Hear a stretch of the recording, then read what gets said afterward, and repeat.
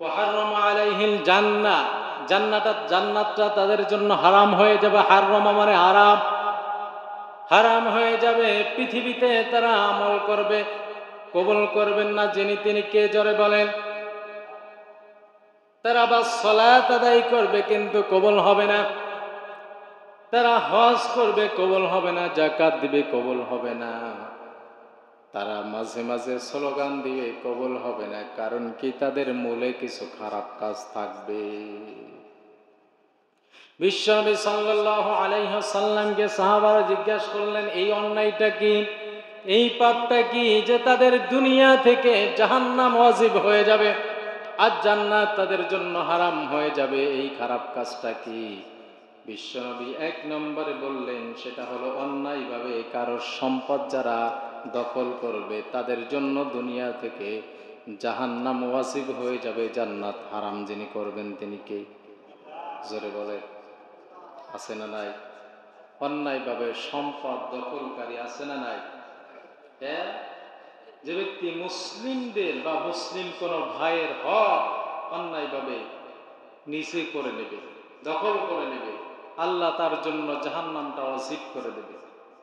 আমাদের বিশ্বে অনেক মানুষ আছে, বাংলাদেশে আছে, যশোরে আছে, এমনকি এই গ্রামে আছে, এমনকি আমার সামনেও আছে। না আছে না নাই?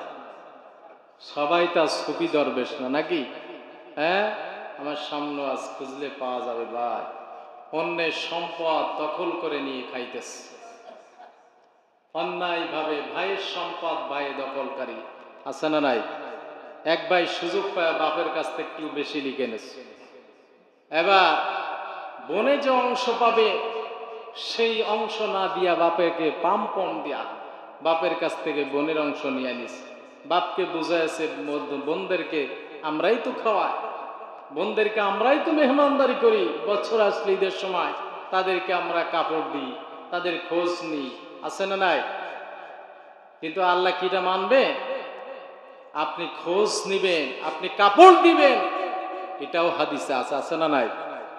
খোঁজ নিবেন, কাপড় দিবেন, তার মানে এটা নয় আপনি তার সম্পদটা হার করে তার সম্পদটা আপনি আপনার ভিতরে দলিল করে নেবেন। এই অথরিটি আপনার না।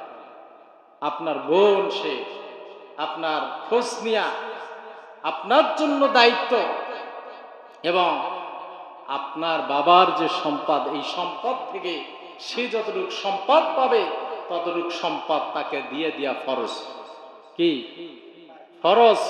ওয়াজিব নয়, সুন্নাত নয়, সুন্নাতে মুআক্কাদা নয়, এটা হচ্ছে ডাইরেক্ট ফরজ। এটার ভিতরে কোনো কনফিউজ, কেউ যদি কোনো কনফিউজ করে, কেউ যদি কোনো সন্দেহ করে, তার ঈমান নাই, কি নাই? তার জুম্মার নামাজেও কাজ আসবে না। অর্ডার কার?